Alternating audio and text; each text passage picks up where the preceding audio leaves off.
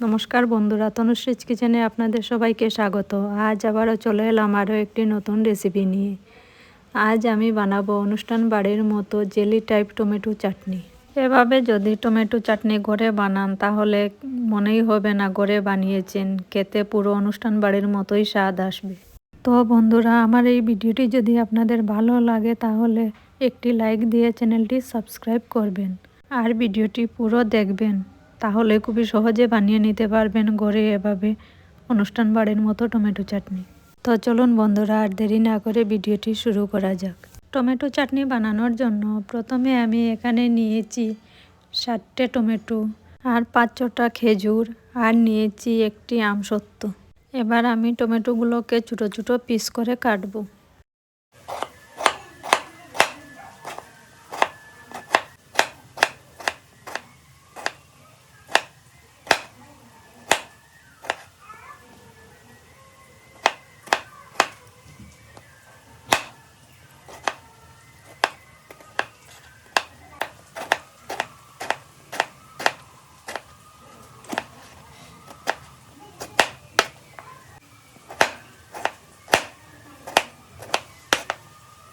এখানে আমি টমেটোগুলোকে ছোটো ছোটো পিস করে কেটে নিয়েছি। এবার একটি পাত্রে তুলে নেব।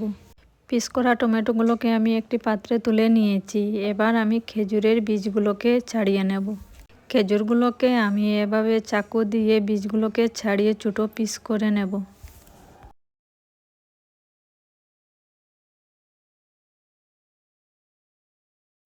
সবগুলো খেজুরের বীজ ছাড়িয়ে নিয়েছি। এবার আমি আমসত্ত্বটাকে কাটবো। আমসত্ত্বটাকেও আমি মধ্যে কেটে নিচ্ছি, তারপর এভাবে পাতলা করে কেটে নেব। খেজুর আর আমসত্ত্ব এভাবে ছোটো ছোটো করে কেটে নিলে খুবই সহজেই টমেটোর সাথে মিশে যায়। আমি এখানে সব কিছু কেটে নিয়েছি। এবার এদিকে একটি কড়াই বসিয়ে দিয়েছি একটি শুকনো মশলা বানাবো তার জন্য। কড়াই বসিয়ে অল্প গরম করে নিয়েছি। এবার এর মধ্যে দিয়ে দিলাম 2টো শুকনো লঙ্কা টুকরো করে। অল্প নাড়াচাড়া করে এবার দিয়ে দিচ্ছি 1 চামচ মতো রাঁধুনি দেওয়ার পর অল্প নাড়াচাড়া করে সাইড করে নিয়েছি। এবার দিয়ে দিচ্ছি আরও 1 চামচ পোস্ত দেওয়ার পর অল্প নাড়াচাড়া করে সব কিছু একসাথে মিশিয়ে নেব। পোস্ত আর রাঁধুনি এভাবে হালকা ভেজে চাটনিতে দিলে চাটনির স্বাদ অনেকটাই বেড়ে যায়। এগুলোকে আমি খুব বেশি ভাজবো না, হালকা ভেজে নিয়েছি। এবার অন্য একটি পাত্রে নামিয়ে নেব। মশলাগুলোকে আমি একটি পাত্রে নামিয়ে নিয়েছি। এবার এগুলোকে আমি অল্প ঠান্ডা করে থেতো করে নেব। তারপর এদিকে আবারও কড়াই বসিয়ে দিয়েছি।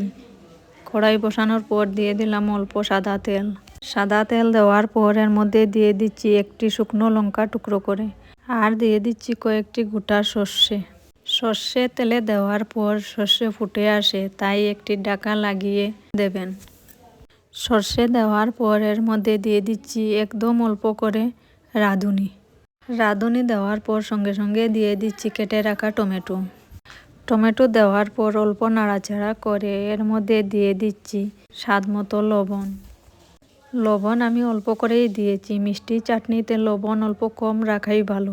এবার অল্প নাড়াচাড়া করে একটি ঢাকা লাগিয়ে কিছুক্ষণ গ্যাসের আঁচ কমিয়ে রেখে দেব টমেটোগুলো ভালোভাবে সেদ্ধ হওয়ার জন্য। প্রায় 5-6 মিনিট পর ঢাকাটাকে সরিয়ে দেখে নিচ্ছি। টমেটোগুলো পুরো সিদ্ধ হয়নি, তাই আমি এবার অল্প জল দিয়ে দিচ্ছি। জল দেওয়ার পর আবারও কিছুক্ষণ ভালোভাবে নাড়াচাড়া করব। নাড়াচাড়া করার সময় এভাবে খুন্তি দিয়ে টমেটোগুলোকে কিছুটা ভেঙে ভেঙে দেব। টমেটোগুলো প্রায় সেদ্ধ হয়ে গেছে। এবার এর মধ্যে দিয়ে দিচ্ছি অল্প হলুদ গুঁড়ো আর কালারের জন্য দিয়ে দিচ্ছি অল্প কাশ্মীরি লঙ্কার গুঁড়ো আর দিয়ে দিচ্ছি কেটে রাখা খেজুর আর আমসত্ত্ব। সব কিছু দেওয়ার পর এবার টমেটোর সাথে খুব ভালোভাবে মিশিয়ে নেব। খেজুর আর আমসত্ত্ব দেওয়ার পর খুব ভালোভাবে মিশিয়ে নিয়েছি। আবারও কিছুক্ষণ একটি ঢাকা লাগিয়ে 5 মিনিট মতো রেখে দেব। যতক্ষণ টমেটোগুলো আরও অল্প সেদ্ধ হবে ততক্ষণে আমি একটি বাটিতে অল্প লেবুর রস নিয়ে নিচ্ছি। মিষ্টি চাটনিতে অল্প লেবুর রস দিলে টকটক ভাবটা ভালোই আসে। এবার 5 মিনিট পর ঢাকাটা সরিয়ে অল্প নাড়াচাড়া করে নিচ্ছি। টমেটো আর খেজুর আমসত্ত্ব সব কিছু খুব সুন্দর সিদ্ধ হয়ে গেছে। এবার এর মধ্যে দিয়ে দিচ্ছি লেবুর রস। লেবুর রস দেওয়ার পর দিয়ে দিচ্ছি 1 বাটি মতো চিনি। চিনি দেওয়ার পর টমেটোর সাথে খুব ভালোভাবে মিশিয়ে নেব। চিনি দেওয়ার পর খুব সুন্দর একটি কালার চলে এসছে।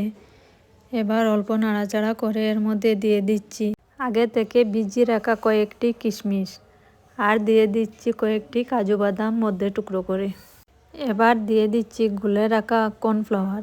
এখানে আমি 1 চামচের 4 ভাগের 1 ভাগ কর্নফ্লাওয়ার গুলে নিয়েছিলাম, এগুলোকে দিয়ে দিচ্ছি। কর্নফ্লাওয়ার দেওয়ার পর অল্প নাড়াচাড়া করে এর মধ্যে দিয়ে দিয়েছি ভেজে রাখা গুঁড়ো মশলা, পোস্ত, রাঁধুনি, শুকনো লঙ্কা যেগুলো আগে ভেজেছিলাম এগুলো দিয়ে দিই। গুঁড়ো মশলাটা দেওয়ার পর খুব ভালোভাবে মিশিয়ে নেব। সব কিছু একসাথে খুব ভালোভাবে মিশিয়ে নিয়েছি। দেখতেই পাচ্ছেন বন্ধুরা টমেটো চাটনিটা কতটা সুন্দর হয়েছে। এবার অন্য একটি পাত্রে নামিয়ে নেব। এভাবে টমেটো চাটনি বানালে খেতেও অসাধারণ স্বাদ আসে। অবশ্যই একবার ঘরে বানিয়ে খেয়ে দেখবেন। আর আমার আজকের এই রেসিপিটি আপনাদের কেমন লেগেছে তা অবশ্যই কমেন্ট বক্সে জানাবেন, আর ভিডিওটি শেয়ার করে দেবেন। তাহলে বন্ধুরা আজকের মতো ভিডিওটি এখানেই শেষ করছি। আবারও দেখা হচ্ছে আরও একটি নতুন ভিডিওতে নতুন রেসিপির সাথে।